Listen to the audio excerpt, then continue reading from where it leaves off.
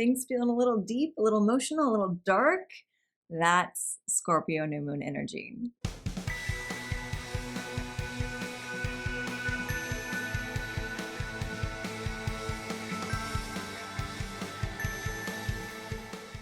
If you're a fan of my podcast, especially season 2 of Please Don't Eat the Sage, you know that the Scorpio new moon has a special place in my heart because it is when I felt the call to officially call myself a witch. There is definitely a dark side and a conquering of fears and grief and the underbelly of society when the Scorpio new moon is present. I love this energy because I have a lot of Scorpio in my chart, but you have to really learn to embrace the humor and the darkness. That's what we're going to be talking about today with the cards. If you're new around here, my name is Shea Walker. I'm a professional intuitive and I do these readings on the new and full moon every month. There is a collective reading, which you're probably watching right now if you're watching on YouTube or Instagram, and it's tapping into the energy at large, the energy of anyone who could potentially watch this video from now until the end of the time on the internet. And if you want to intensify the way that your energy reads into this, you'll want to like and subscribe over on YouTube. So if you haven't done it already, maybe go get that done before we get into the reading. And the way the energy works is I'm tapping into anyone who's ever going to do that for this video, and that energy is going to come through a little bit stronger. If you really want your energy signature all over these readings and you want additional content, you're going to want to join the Cosmic Community. So the Cosmic Community is my Patreon, and it's over at patreon.com/MichelleShea. You can sign up for a 7-day free trial to check it out. So if you really want your energy to be all over this video, just go sign up for your free trial and you'll put your stamp on this reading. And you can also go back in time and watch a lot of other extended readings, because that's also what happens on the Patreon is this video gets extended. I do more cards for the topic at hand over there on the Patreon. It is for the monthly mystic level and higher. So if you are going to join up for a free trial, you want to join up for that level or higher. If you join up for the highest level, which why not? It's a free trial. You're going to get the full-time fortune teller level, and you'll get access to my cosmic yoga as well. So it's an astrology themed yoga sequence that happens every other Monday. You get access to both the live invites and the replay library. So all of that's over there, as well as so many other things. Just go check the link below. And speaking of that cosmic yoga offering, I will be announcing soon that I'm doing a free Thanksgiving Day cosmic yoga class. So if you don't follow me on Instagram, you might want to follow over at @MichelleShea, because that's where I like to announce things last minute. Or you can go over to my website, michellesheawalker.com, and sign up for the newsletter, because I also send out a weekly pick a card reading that has little announcements in that as well. And speaking of events that I announce in those newsletters, we have a Become Your Own Healer training coming up this coming Friday if you're watching this video underneath the Scorpio new moon. So if you want to awaken your intuition and cleanse your chakras while also giving yourself healing powers, you can check out the link for that below. Now that we've got all that housekeeping out of the way and you know who I am and what I'm doing here and what else you can find from me, we are going to dive into the cards. So we're going to continue the theme from the last video where I flipped the 10 card longer reading that I normally do over on the Patreon and the sign by sign reading that I normally do for the general collective. We're going to do it the other way around. So I'm going to give you a longer 10, 12, 13 card reading about the bulk of the situation at hand. And then I'm going to extend that reading over on the Patreon by going through sign by sign of the zodiac. So if you want a more specific to your sun, moon, rising, Venus, I also like to check North Node and sometimes the Mars signs, you can head over to the Patreon for those. So with that in mind, we always start these general collective readings with a card from the deck that I created. The Total Betty Goddess deck is a 90s themed goddess deck, and this second edition copy, which is the VHS style box, is available for pre-order for the new year over at michellesheawalker.com/shop. There are still a couple copies left of the original deck, so if you don't mind not getting the 10 extra cards and the new box and the new design, you can snag those before they go away forever over at that same location. So with that in mind, we're going to shuffle up the deck. We got lots of cards wanting to fall out, but none quite, so we're going to feel into the Scorpio. We got a jumper. Scorpio no moon energy. Who's helping us out? Okay, so we actually had 2 goddesses jump out, and I love this combination for Scorpio energy. So the first one is Peel, played by Catherine in the movie Cruel Intentions, as played by Sarah Michelle Gellar. And the next one is Vesta, played by Liv Tyler as Corey in Empire Records. Perhaps it's because I'm a Scorpio Mars, but I feel Scorpionic energy is a very sensual energy, because it is, but it's even more so when it's in a Mars sign. These are very sexy cards. So Peel is obviously very sexy character. If you haven't seen Cruel Intentions, I highly recommend it. And while that's not normally the point of the card, I am getting that very fiery, passionate energy from her. She's a volcanic goddess, so that's why she's got this like fiery lava behind her in the card. A lot of passion coming through underneath this new moon. And that makes sense because, as I said, my history with the Scorpio new moon is becoming obsessively passionate about witchcraft. So if there's something that comes up for you on or around this new moon that you're feeling obsessionally passionate about. Maybe it's something that you used to be passionate about that's coming back forward. Maybe it's a new topic that you just really want to learn more about. Follow through on that. The one warning that Peel brings into play is that because we are so fiery and passionate underneath this new moon, tempers can run high. So Peel, the goddess, is known for having a very fiery temper and getting a little hot under the collar a little too quickly.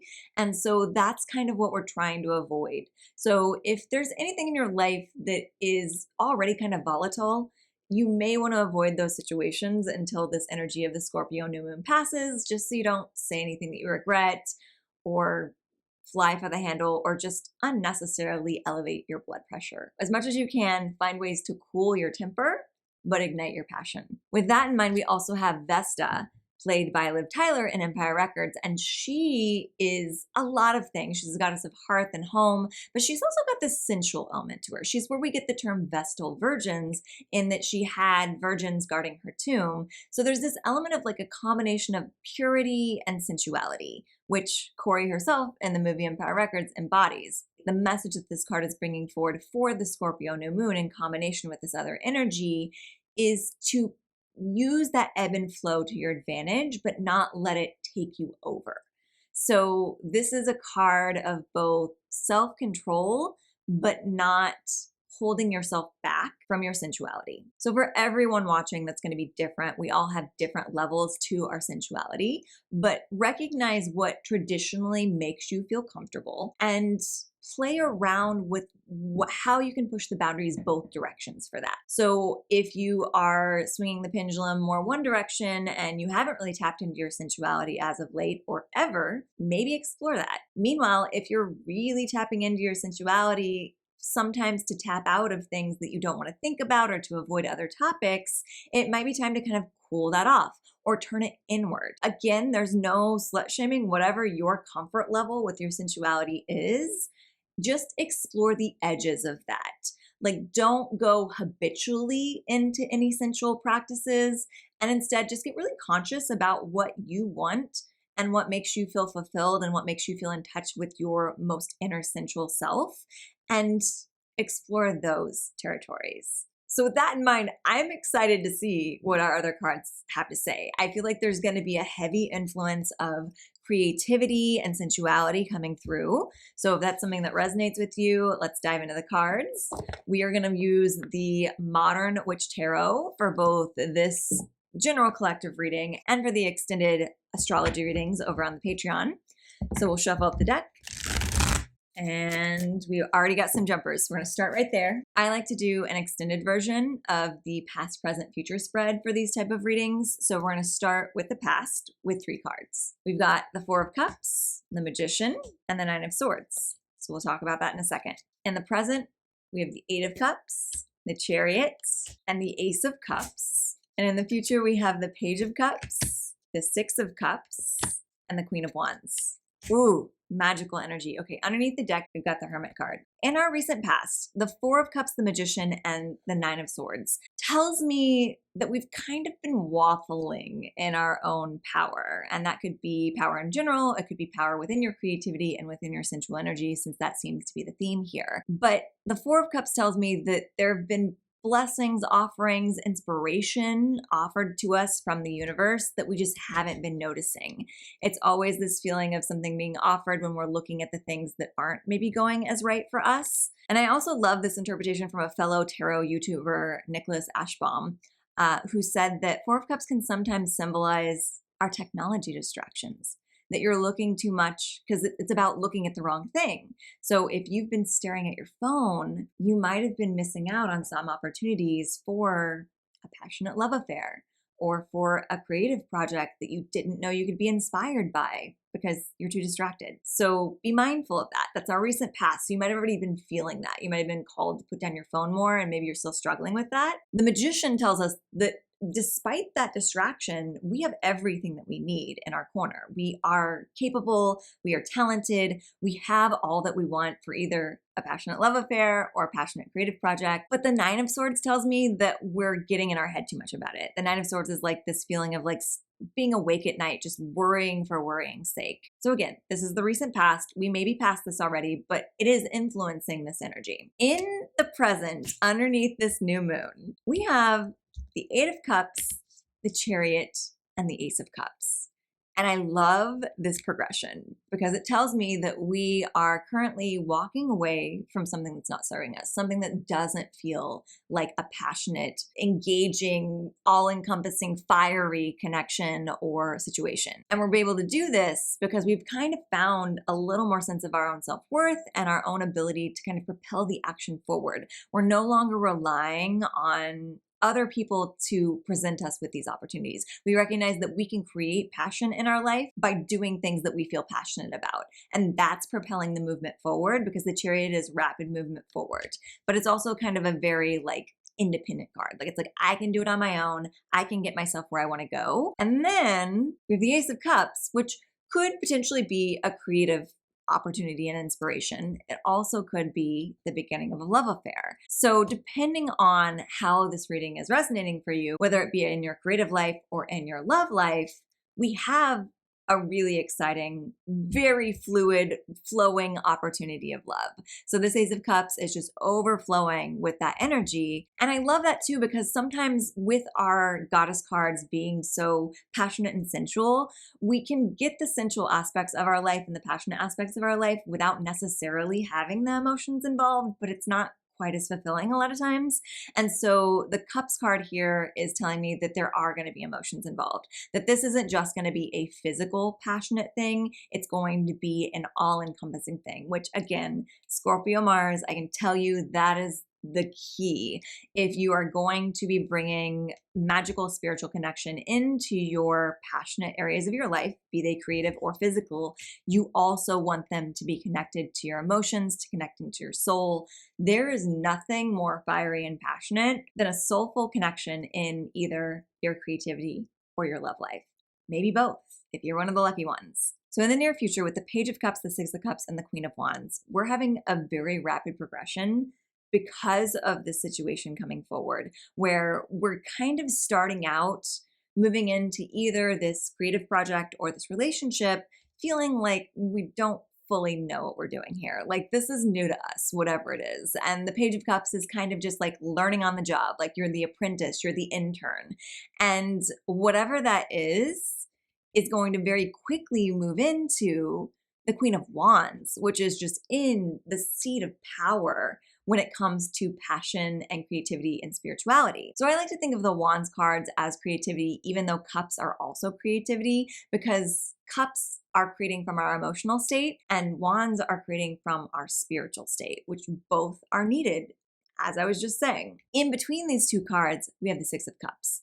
So the key to unlocking this power, this Queen of Wands throne from this Page of Cups uncertainty, is something in your past. There's both something that we're being reignited by in our past and also something that we're healing from our past. So if this is a relationship reading for you, I feel like it could be that this new passionate energy that's coming forward is someone from the past that you've connected to, or it's someone that comes forward that mirrors something from your past. As we know from basic relationship psychology, the idea that our partners are mirrors back to our parental blueprints, and whatever we didn't get from our parents, we're trying to look for in our partners, but we're also seeking out partners that mirror the people that raised us so that we can kind of recreate the situation and heal it. It's a whole big, incredibly interesting mess. I will nerd out on relationship psychology with anyone, any day of the week. If you want to nerd out on it, I highly recommend the work of Harville Hendricks. but I digress. So getting back to this, we're talking about using the past to heal ourselves enough to fully embody this spiritual, passionate ownership of our power. And it's going to be different for everyone. So I'm actually going to dive more into this past influence topic for the zodiac readings. So if you want more on that, do your free trial. With the Hermit card underneath all of this, this adds another interesting layer to this, especially if this feels like a relationship reading to you. If it feels like a creative energy, it kind of fits, because this is telling me that while we're having this passionate connection to a project or to a person, a lot of that is coming up from our solo time.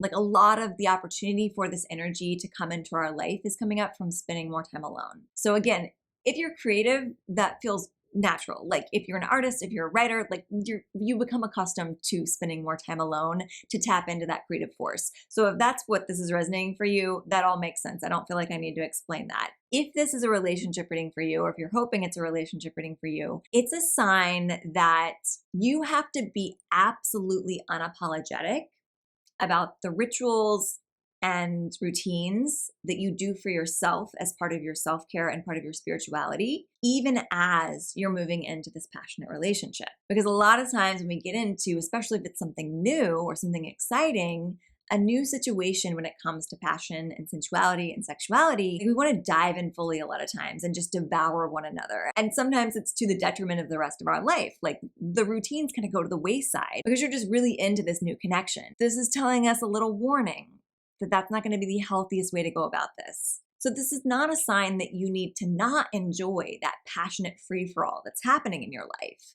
It just means you still need to carve out a few minutes or hours in your day that are still for you, for whatever it is that makes you feel most connected to your spirituality, your higher self, your passionate nature. This could be as simple as you making sure that you're pleasuring yourself, even though you're getting pleasure elsewhere. If you're a Scorpio moon, that is your self-care. Like that is how you connect to yourself and make sure you feel taken care of. So there's a tip for you. It's basically anything that got you to this point to feel balanced and magician-like enough to be able to call this into your life. And for me, things like meditation and journaling and making sure that I'm checking in with myself and not just being influenced by the whirlwind of energy of the world around me, including partners or creative projects. But for you, it might be different. So whatever it is that makes you feel you and grounded in you, you still want to have that. It's a very eat, pray, love energy. And that when we get to the love portion of eat, pray, love, she's very concerned because she's established all these spiritual routines and meditations and yoga practices to connect to herself. And then love kind of throws that out of balance. And you have to let love throw that out of balance a little bit, but you also have to make sure that you're putting in the practices that it's not going to throw it so far out of balance that it's chaos, because you don't want to lose track of yourself. This is a lot. We're going to dive into more. So if you want that free trial, join at the links below. And if you're watching on Patreon, we're going to dive into the signs right now.